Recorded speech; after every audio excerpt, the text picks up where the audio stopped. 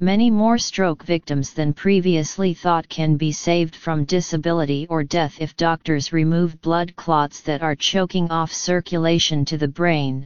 A new study has shown these striking results will have an immediate impact and save people from lifelong disability or death, Dr. Walter J. Koroshetz, director of the National Institute of Neurological Disorders and Stroke, said in a statement. I really cannot overstate the size of this effect. The key finding is that there is often more time than doctors realized in which brain cells can still be rescued by a procedure to remove the clot. Traditional guidelines have set a limit of 6 hours after stroke symptoms begin, and said after that it would be too late to help. The study showed that the time window could be expanded to 16 hours. However, the findings do not apply to every stroke victim.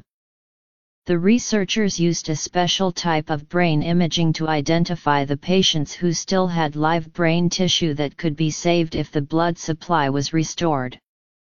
Only about half the patients who were screened qualified for treatment, known as thrombectomy, which uses a mechanical device to pull clots out of a blood vessel. The study, involving 182 patients at 38 hospitals in the United States, was stopped early because patients who had clots removed fared so much better than those who did not. 90 days after treatment, 45% of the thrombectomy patients were well enough to be functionally independent, as opposed to 17% of those who did not have the procedure.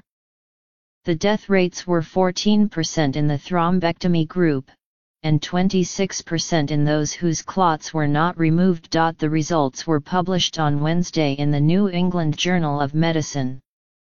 The study was paid for by the National Institutes of Health, and led by researchers from Stanford University.